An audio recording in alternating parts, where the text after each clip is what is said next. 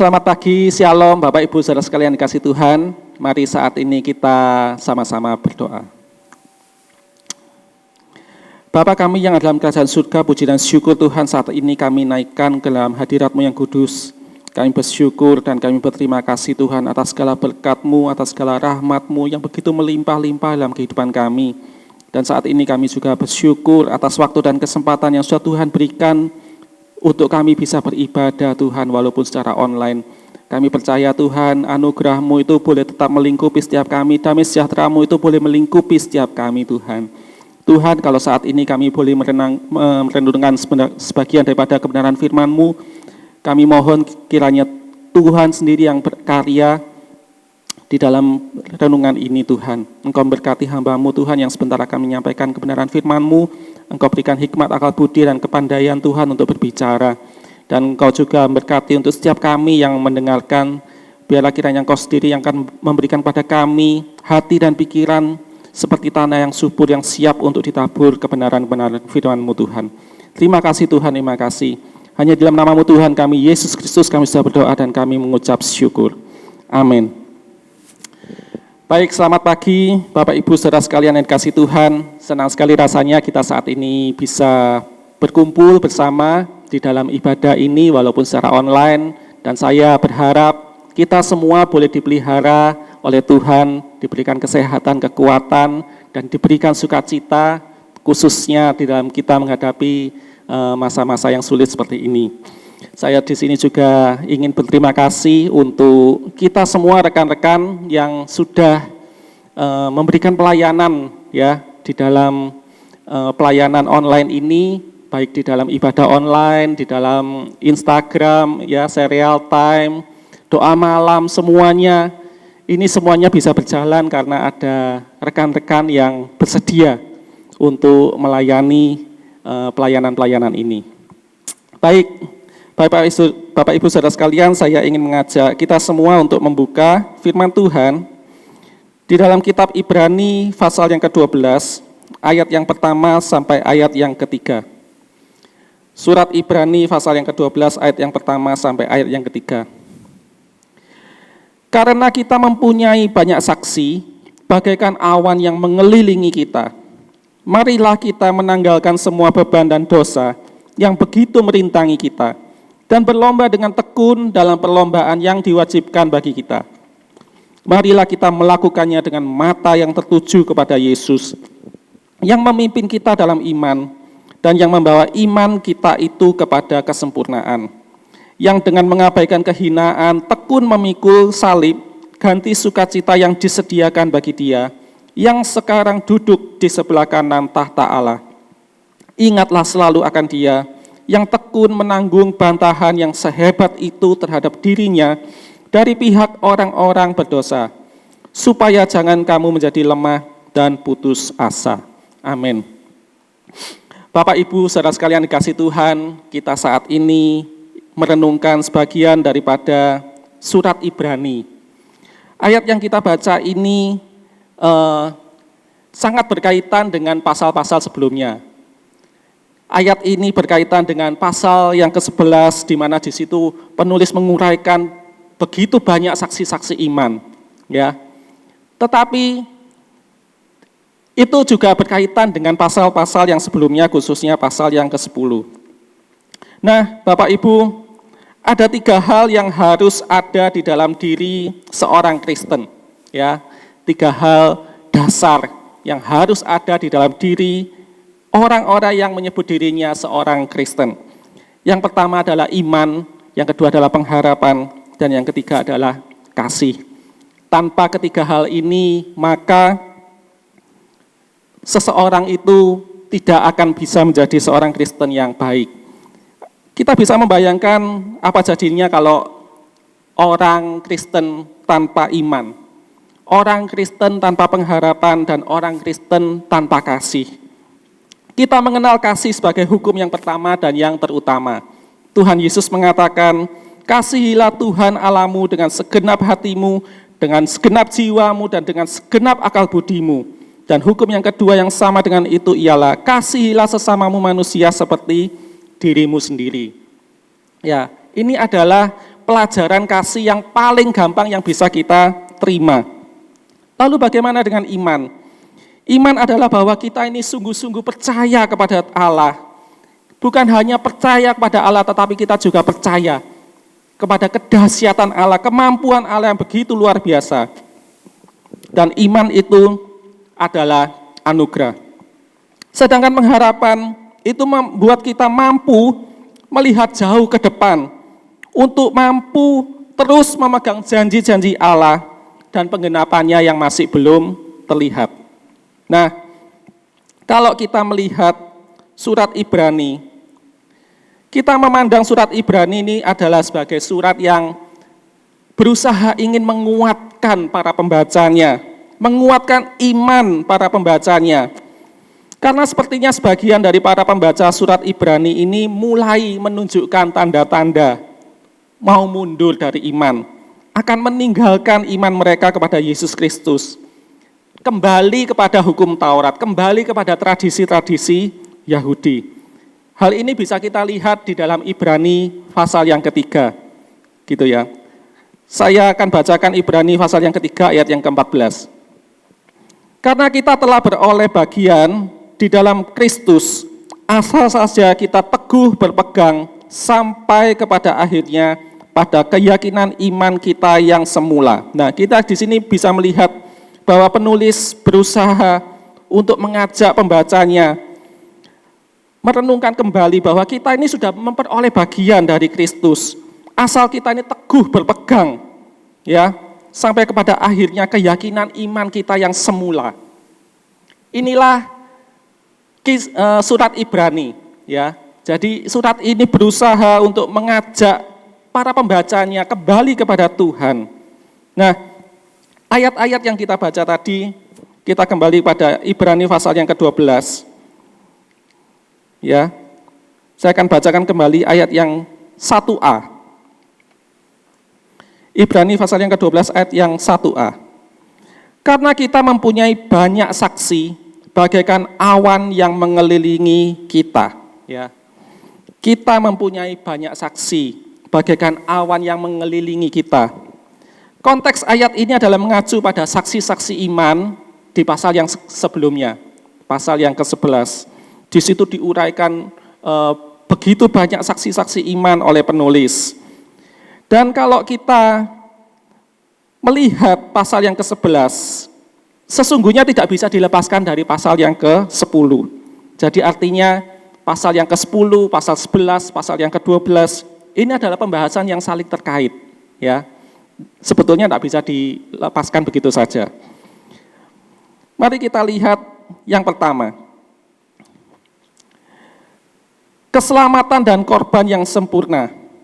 Di sini penulis menuliskan surat Ibrani untuk menasehati, mengingatkan dan menguatkan para pembacanya untuk tetap kuat di dalam iman kepada Kristus.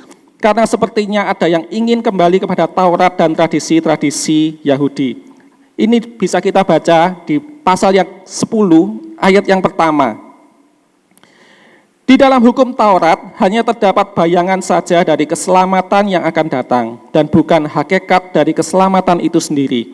Karena itu dengan korban yang sama yang setiap tahun terus-menerus dipersembahkan, hukum Taurat tidak mungkin menyempurnakan mereka yang datang mengambil bagian di dalamnya.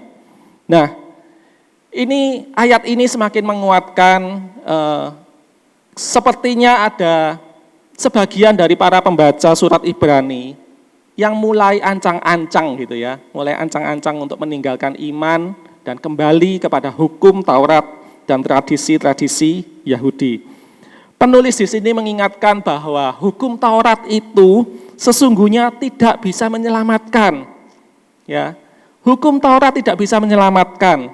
Bahkan korban darah, lembu jantan, domba jantan itu pun juga tidak bisa menyelamatkan.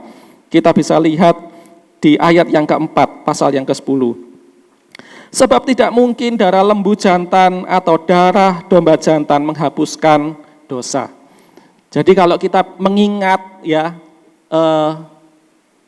tradisi Taurat, tradisi Yahudi, mereka setiap tahun datang ke bait Allah untuk mempersembahkan korban dengan harapan apa? dengan harapan dosa mereka disucikan, dosa mereka dihapus. Ya, memang ini Taurat ini adalah dari Allah. Tetapi ini hanya menjadi suatu gambaran akan suatu korban yang sempurna, suatu korban yang akan datang, yang akan menghapus dosa manusia. Dan korban itu adalah korban persembahan tubuh Kristus. Korban ini sempurna berlaku satu kali untuk selamanya bagi kita yang ada di dalam iman. Hal ini bisa kita baca di ayat yang ke-10. Dan karena kehendaknya inilah kita telah dikuduskan satu kali untuk selama-lamanya oleh persembahan tubuh Yesus Kristus. Jadi korban di dalam Taurat, korban lembu jantan, korban domba jantan, ini hanya menjadi gambaran, ya, menjadi gambaran bahwa kita ini terus diingatkan akan dosa, bahwa dosa itu melekat di dalam kehidupan manusia, dan manusia itu harus terus mempersembahkan korban darah lembu jantan, darah domba jantan untuk bisa menghapus dosa mereka. Tetapi ini hanya menjadi suatu gambaran saja. Ada satu korban yang sempurna, korban yang menyelamatkan, yaitu korban persembahan tubuh Yesus Kristus. Hal inilah yang ingin diingatkan oleh penulis, ya. Kita harus kembali kepada korban persembahan tubuh Kristus itu, bukan kembali kepada korban tradisi orang Yahudi. Kalau kita sudah mengerti akan hal itu, maka di sini penulis mengajak para pembacanya untuk tekun di dalam iman. Setelah kita tahu, ya, bahwa dosa kita hanya bisa dipulihkan melalui persembahan tubuh Kristus. Kita di sini diajak untuk tekun di dalam iman. Kalau kita tekun di dalam iman, maka yang pertama, Yesus itu menjadi jalan dan imam besar bagi kita supaya kita bisa menghadap Allah. Kini bisa kita baca di dalam ayat yang ke-19 sampai ayat yang ke-22. Jadi saudara-saudara, oleh darah Yesus Kristus sekarang penuh keberanian kita, saya ulang ya. Jadi saudara-saudara, oleh darah Yesus kita sekarang penuh keberanian dapat masuk ke dalam tempat kudus. Karena Ia telah membuka jalan yang baru dan yang hidup bagi kita melalui tabir, yaitu dirinya sendiri. Dan kita mempunyai seorang imam besar sebagai kepala rumah Allah. Karena itu marilah kita menghadap Allah dengan hati yang tulus ikhlas dan keyakinan iman yang teguh. Oleh karena hati kita telah dibersihkan dari hati nurani yang jahat dan tubuh kita telah dibasuh dengan air yang murni. Nah, di sini kita diingatkan, ya, setelah kita kembali kepada Kristus, ada satu hal yang bisa kita rasakan, ya. Kita bisa menghadap Allah dengan berani. Kita bisa menghadap Allah dengan tidak takut lagi. Kenapa? Karena Kristus yang sudah dipersembahkan itu, Dialah yang menjadi imam besar bagi kita. Dialah yang menjadi jalan bagi kita, pengantara kita, menghubungkan kita untuk bisa terhubung dengan Allah Bapa. Yang kedua, kalau kita ini tetap tekun di dalam iman, maka ada upah besar yang menanti. Kita bisa lihat di dalam ayat yang ke-34 sampai ayat yang ke-35. Memang kamu telah turut mengambil bagian dalam penderitaan orang-orang hukuman, dan ketika harta kamu dirampas, kamu menerima hal itu dengan sukacita, sebab kamu tahu bahwa kamu memiliki harta yang lebih baik dan yang lebih menetap sifatnya. Sebab itu janganlah kamu melepaskan kepercayaanmu, karena besar upah yang menantinya. Nah, di sini kita diingatkan, ya, kalau kita ini tekun di dalam iman, ada satu berkat yang bisa kita terima. Setidak-tidaknya di sini penulis menuliskan ada dua hal. Yang pertama, Yesus itu menjadi imam besar bagi kita. Dan yang kedua, ada upah besar yang menanti bagi kita. Asalkan kita ini tekun di dalam iman. Oleh karena itu kita diminta untuk mengingat bahwa kita ini adalah orang-orang yang sudah menerima terang. Ayat yang ke-32. Ingatlah akan masa yang lalu, sesudah kamu menerima terang, kamu banyak menderita. oleh karena kamu bertahan dalam perjuangan yang berat.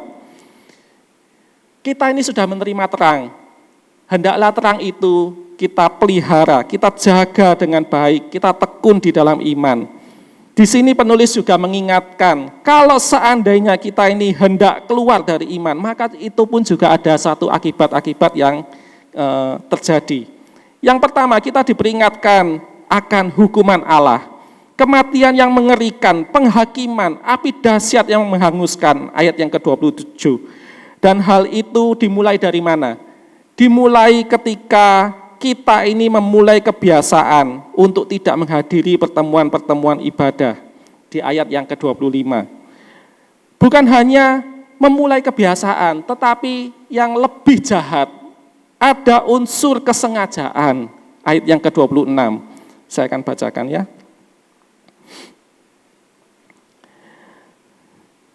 Saya akan bacakan mulai ayat yang ke-25. Janganlah kita menjauhkan diri dari pertemuan-pertemuan ibadah kita, seperti dibiasakan oleh beberapa orang, tetapi marilah kita saling menasehati dan semakin giat melakukannya menjelang hari Tuhan yang mendekat.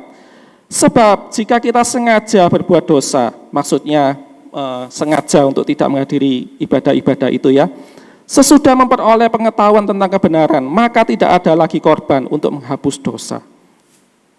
Jadi kita diingatkan di sini tentang penghakiman, tentang hukuman Tuhan, akan kengerian ya yang begitu luar biasa, api dahsyat yang menghanguskan. Hal-hal ini bisa terjadi seandainya kita ini keluar dari iman. Dimulai dari mana? Dimulai dari hal-hal yang kecil.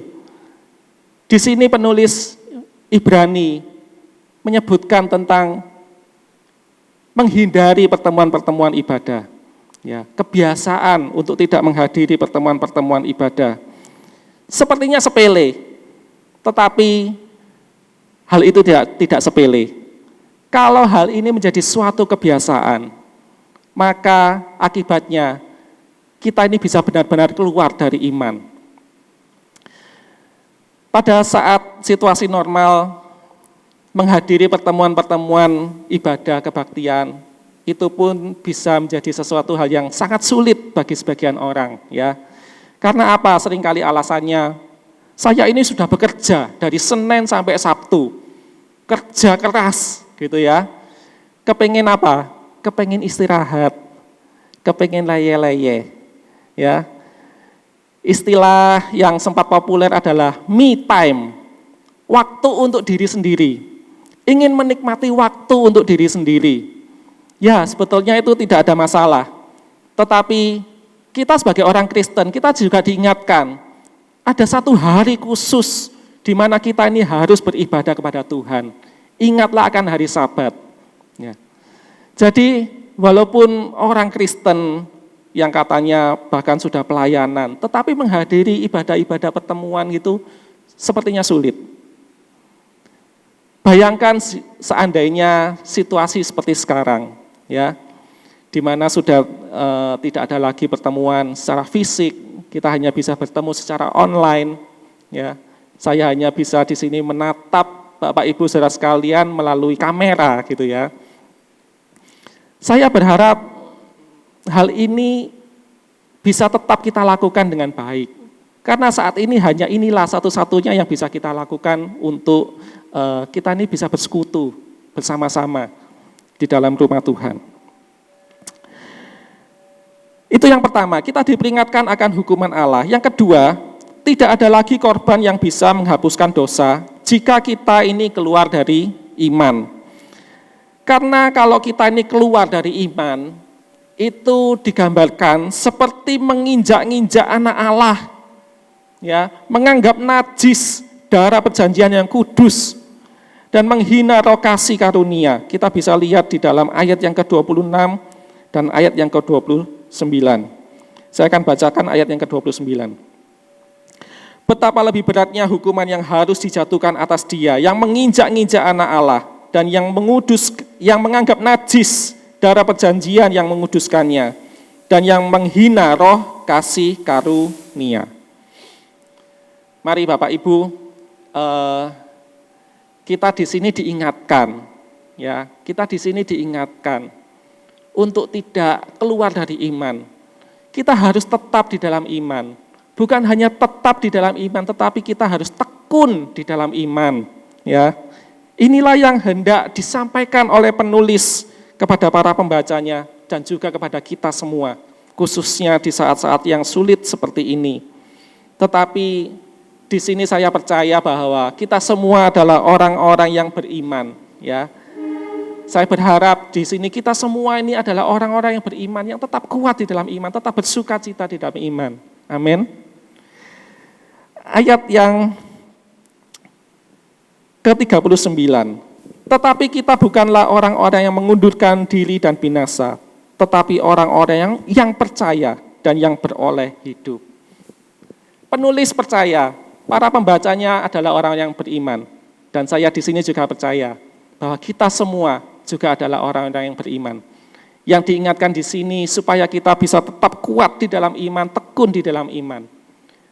Dan setelah kita bisa mengerti di sini, baru kita bisa menginjak di pasal yang berikutnya. Saksi-saksi iman. Kalau kita ternyata masih sulit untuk bertekun di dalam iman, maka penulis kemudian menyajikan banyak contoh-contoh dari saksi-saksi iman yang bisa diteladani, ya. Dan kalau kita melihat saksi-saksi iman ini, kalau kita merenungkan cerita mereka satu persatu, ya, sebetulnya menurut saya ada banyak hal-hal yang mereka lakukan yang sebetulnya agak di luar kelasiman atau kenormalan manusia pada umumnya, bahkan tampak seperti sebuah kebodohan. Di sini ada beberapa contoh, misalnya yang pertama Nuh. Nuh itu dia membuat satu kapal yang besar, bahtera. Memang kita melihat, kita tahu ceritanya di dalam Alkitab bahwa Nuh ini disuruh oleh Tuhan. Tetapi coba kita bayangkan, pendapat orang-orang yang ada di sekitar Nuh itu bagaimana? Melihat Nuh tiba-tiba membuat satu perahu, suatu kapal yang besar seperti itu. Ya, ini akan tampak seperti sebuah kebodohan di mata orang lain. Kita juga melihat Musa. Pasal yang ke-11 ayat yang ke-24 sampai ayat yang ke-27. Karena iman maka Musa setelah dewasa menolak disebut anak putri Firaun, karena ia lebih suka menderita sengsara dengan umat Allah daripada untuk sementara menikmati kesenangan dari dosa. Ia menganggap penghinaan karena Kristus sebagai kekayaan yang lebih besar daripada semua harta Mesir, sebab pandangannya ia arahkan kepada upah. Karena iman maka ia telah meninggalkan Mesir dengan tidak takut akan murka raja. Ia bertahan sama seperti ia melihat apa yang tidak kelihatan. Bayangkan, ya, Musa ini adalah orang yang mungkin untuk sebagian orang ini, waduh, ini anak ini hoki luar biasa, ya, hoki luar biasa. Dia adalah seorang Ibrani, anak Israel gitu, ya. Kemudian dia bisa diangkat menjadi putri raja. Artinya apa? Artinya dia berhak untuk menikmati kenyamanan, untuk menikmati kemewahan, ya, menikmati hidup yang luar biasa di dalam istana Firaun. Tetapi kita pun juga tahu ceritanya. Musa meninggalkan semuanya itu sampai akhirnya dia dipanggil oleh Tuhan untuk memimpin umat Israel keluar dari tanah Mesir. Ya, ini buat kita, kalau kita tidak mengenal kisah Musa dari Alkitab, kita hanya kenal Musa. Ya, ini kelihatan seperti sebuah kebodohan. Abraham pun juga begitu. Karena Abraham taat ketika ia dipanggil berangkat ke negeri yang akan diterimanya menjadi milik pusakanya, lalu ia berangkat dengan tidak mengetahui tempat yang ia tuju. Pasal yang ke-11 ayat yang ke-8. Abraham ini orang yang kaya, orang yang sudah mapan, hidupnya enak, nyaman. Kemudian dia dipanggil oleh Tuhan keluar dari tanah Ur Kasdim. Kemana? Tidak tahu. Tidak tahu. Disuruh pergi tapi tidak tahu tempat yang harus ia tuju. Bukankah ini kelihatan seperti sebuah kebodohan? Tetapi kita bisa melihat orang-orang yang kelihatannya bodoh ini, mereka justru dipakai oleh Tuhan menjadi saksi-saksi iman yang kemudian bisa dicatat di dalam Ibrani pasal yang ke-11. Menceritakan mereka satu persatu, tidak cukup waktunya, banyak ya. Saya hanya menampilkan beberapa dari mereka. Ada yang lain-lain seperti Henoh, Yusuf, Rahab, Gideon, Barak, ya Simpson, lain-lain. Coba kita ini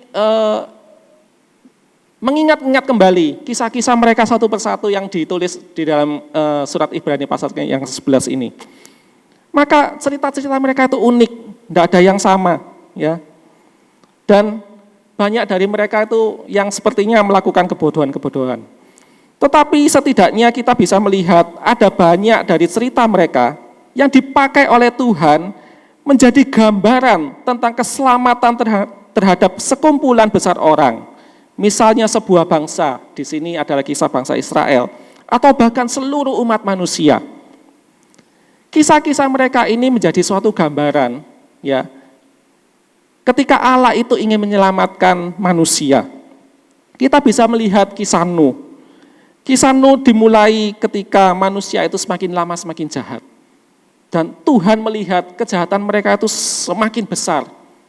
Dikatakan dengan bahasa manusia ya, menyesallah Tuhan. Tuhan itu digambarkan sampai menyesal menciptakan mereka. Yang terjadi kemudian Tuhan memilih Nuh ketika Tuhan hendak menghapuskan kejahatan manusia itu. Ya. Tuhan hendak menghapuskan kejahatan itu dengan air bah. Bukan hanya manusia tapi semua makhluk hidup. Tuhan ingin musnahkan semua. Tetapi di saat-saat seperti itu Tuhan memilih Nuh dan Tuhan pun juga menyelamatkan sebagian ya dari makhluk-makhluk hidup itu. Tuhan sepertinya hanya menyelamatkan Nuh dan seisi keluarganya. Total ada 8 orang. Tetapi dari Nuh dan keluarganya itu kemudian muncul suatu generasi yang baru. Ini adalah satu gambaran keselamatan untuk Nuh dan segala makhluk.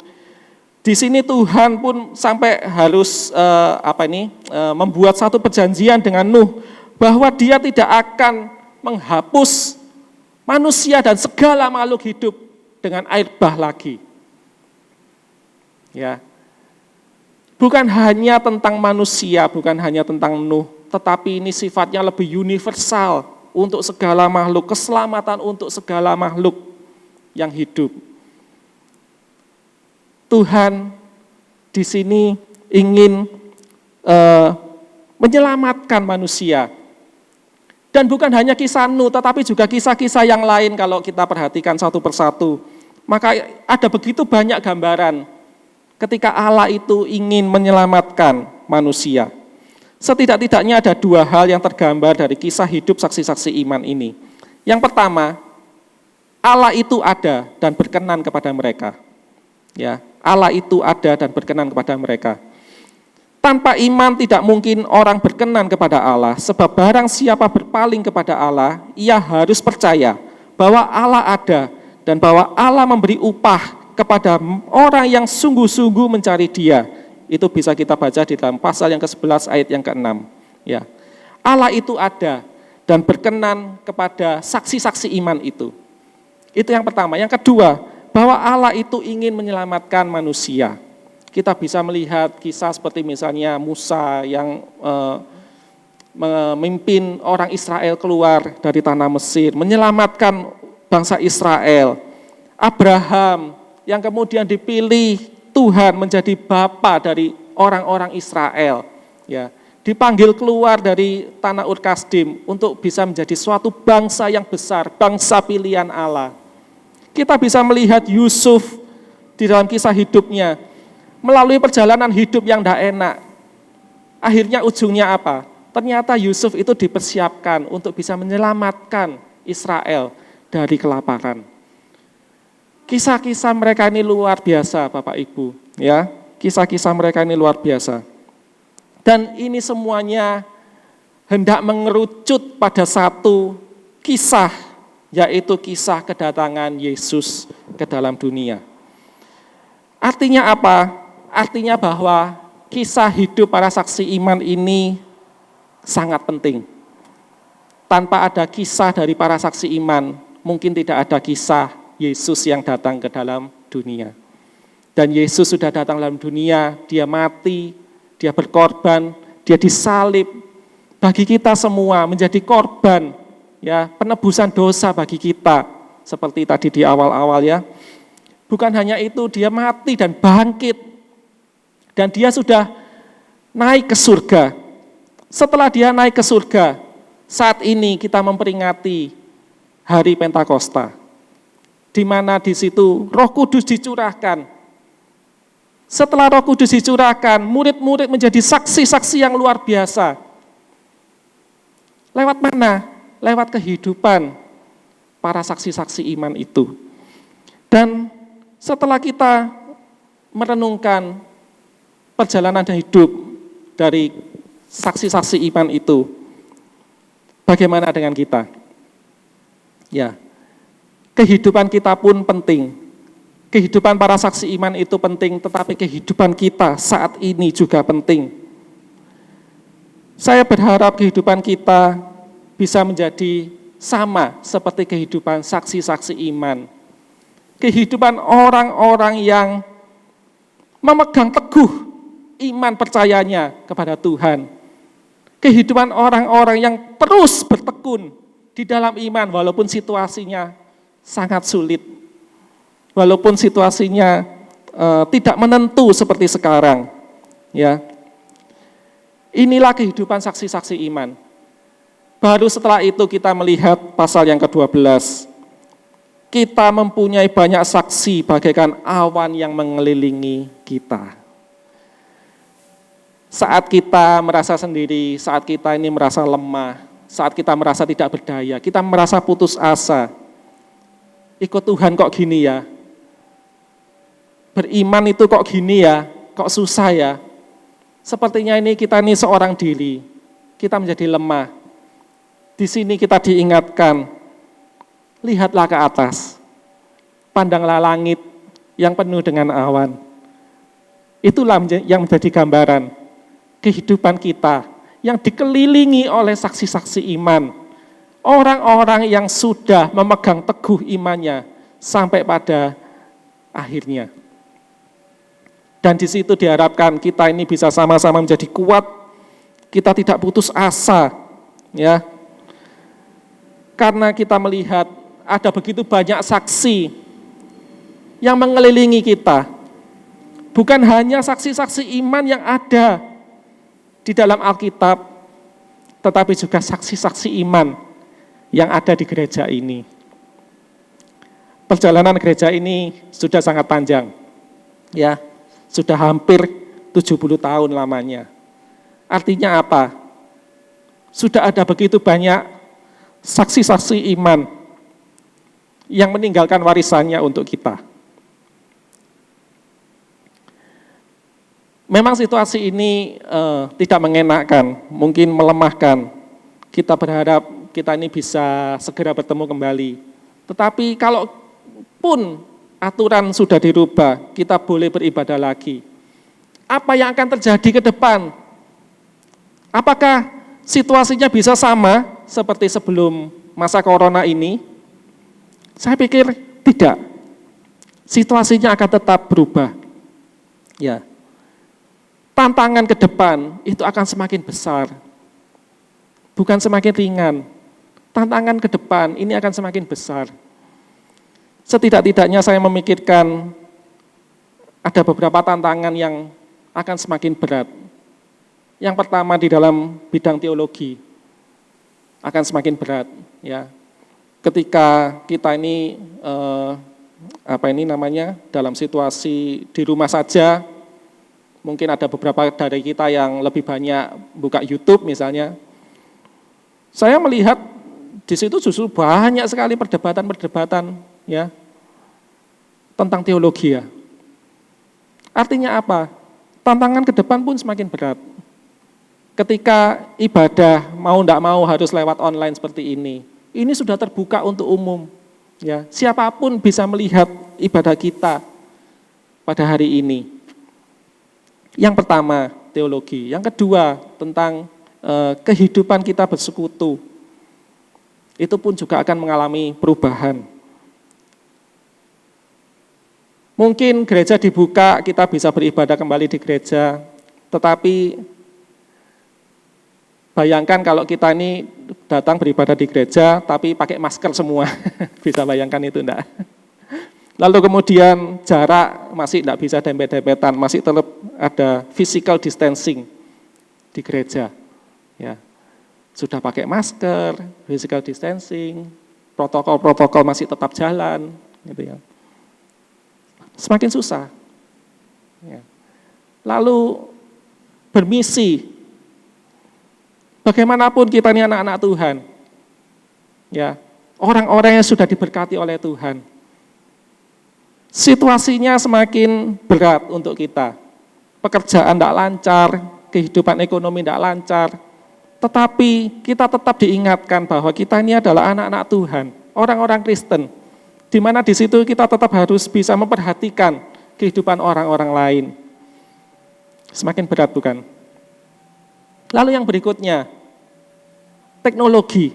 Ini juga menjadi tantangan untuk kita. Puji Tuhan kalau misalnya gereja kita masih tetap bisa menjalankan ibadah online. Karena saya tahu ada beberapa gereja yang sampai hari ini pun masih tidak bisa menjalankan ibadah online. Ya. Dan setelah situasi ini normal, sepertinya pelayanan online seperti ini akan tetap berjalan. Walaupun misalnya kita memutuskan enggak usah online lagi gitu. Tetapi saya percaya gereja-gereja lain mereka akan tetap online. Gitu. Jadi artinya tantangan teknologi ini juga akan semakin berat. Tetapi melalui surat Ibrani, kita diingatkan untuk tetap kuat di dalam iman, tetap berpegang teguh di dalam iman. Ya, kita mempunyai banyak saksi, jangan menyerah. Termasuk di dalam gereja ini pun kita mempunyai banyak saksi yang sudah memberikan kepada kita teladan, ya, teladan untuk kita ini bisa tetap bertekun di dalam iman. Karena itu kita melihat ayat-ayat yang selanjutnya dari pasal yang ke-12. Ayat 1b. Marilah kita menanggalkan semua beban dan dosa yang begitu merintangi kita dan berlomba dengan tekun dalam perlombaan yang diwajibkan bagi kita. Kita di sini diminta untuk menanggalkan semua penghambat, semua halangan. Karena sejatinya kita ini ikut dalam suatu perlombaan yang diwajibkan bagi kita. Ya.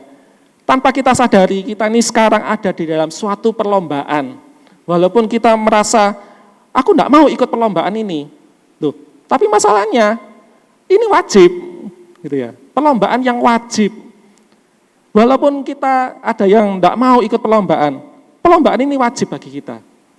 Karena itu, kalau kita mau berlomba dengan baik, tanggalkan semua penghambat dan halangan. Tanggalkan semua beban dan dosa.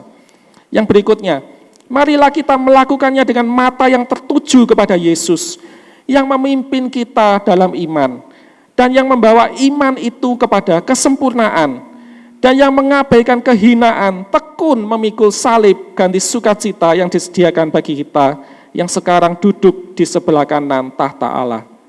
Artinya apa? Kita diminta untuk fokus, ya, fokus hanya kepada Yesus. Kita ikut perlombaan, fokus kepada Yesus, tanggalkan semua beban, tanggalkan semua dosa.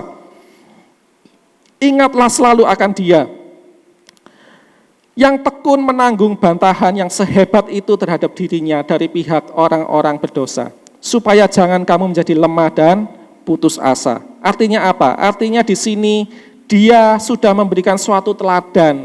Apa itu ketekunan? Ya. Kita diminta untuk tekun. Kenapa kita diminta untuk tekun? Karena Dia, Yesus, itu sudah memberikan kepada kita teladan. Apa itu ketekunan? Oleh karenanya kita diminta untuk sama-sama ikut dalam keteladanan Yesus. Ini adalah sebuah perlombaan. Ya. Tanggalkan semua beban, tanggalkan semua dosa, fokus hanya kepada Yesus. Tekun di dalam iman, ingatlah saksi-saksi iman yang begitu banyak yang mengelilingi kita, sehingga diharapkan kita ini bisa tetap kuat dan tidak putus asa. Bersyukurlah untuk iman, bersyukurlah untuk anugerah, bersyukurlah untuk hari ini. Kuasa Tuhan yang membangkitkan kerohanian umat-Nya adalah tema besar kita tahun ini.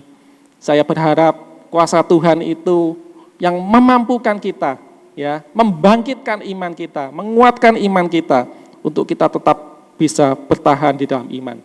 Dan pada akhirnya kita akan menyadari kalau kita bisa tetap berpegang di dalam iman, itu semata-mata bisa hanya oleh karena anugerah Tuhan. Amin. Mari kita berdoa. Tuhan, kami bersyukur kalau kami boleh merenungkan sebagian daripada firman-Mu ini, Tuhan. Tuhan, biar kiranya Engkau sendiri, Tuhan, yang akan memberikan satu pengertian yang lebih baik daripada apa yang bisa hamba-Mu ini jelaskan. Kami mohon Roh Kudus bisa terus membuka pengertian-pengertian kami, pencerahan-pencerahan di dalam hati dan pikiran kami, untuk kami bisa tetap berpegang di dalam iman. Roh Kudus, kami percaya bahwa saat ini Engkau berkarya di dalam diri setiap kami, meneguhkan iman kami, menguatkan setiap kami. Terima kasih Tuhan, terima kasih.